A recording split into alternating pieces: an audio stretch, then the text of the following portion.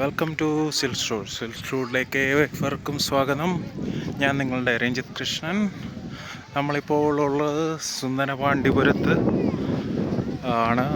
അവിടെ സൂര്യകാന്തി തോട്ടത്തിലാണ്. അവിടെ എൻ്റെ അനന്തരവളുമാരും 2 പേര്. അനന്തരവൻ വരുന്നുണ്ട്, മാമി, അനിയത്തി മോനും, പിന്നെ ചേച്ചി, എല്ലാവരും ഉണ്ട്. ഞങ്ങളെല്ലാവരും ഈ അനിയത്തിക്ക് ഇവിടെ അംബാസമുദ്രത്തിലാണ് ജോലി. അവിടെ യൂണിയൻ ബാങ്കിൽ മാനേജറാണ്. അവിടെ ഇന്ന് അവധിയായതുകൊണ്ട് നമ്മൾ മെയിനായിട്ട് ഇന്ന് അഷ്ടമി രോഹിണിയാണ്, കൃഷ്ണൻ്റെ ജന്മദിനമാണ്, അന്ന് അവധിയാണ്.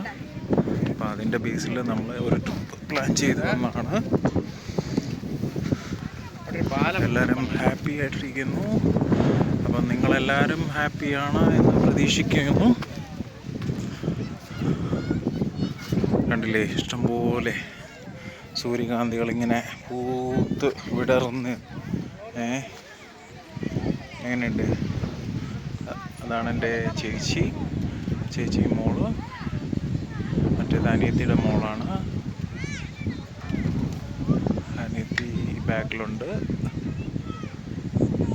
മാമിയുണ്ട്.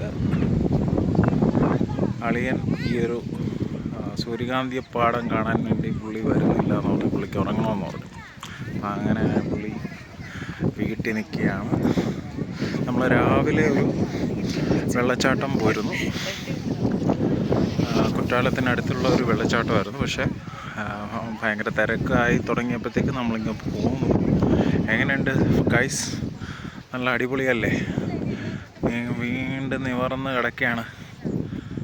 കണ്ടില്ലേ, അങ്ങ് ദൂരെയോളം, കണ്ണത്താ ദൂരത്തോളം സൂര്യകാന്തി പൂക്കൾ വിളഞ്ഞു നിൽക്കുകയാണ്. കണ്ടില്ലേ? വാവ്.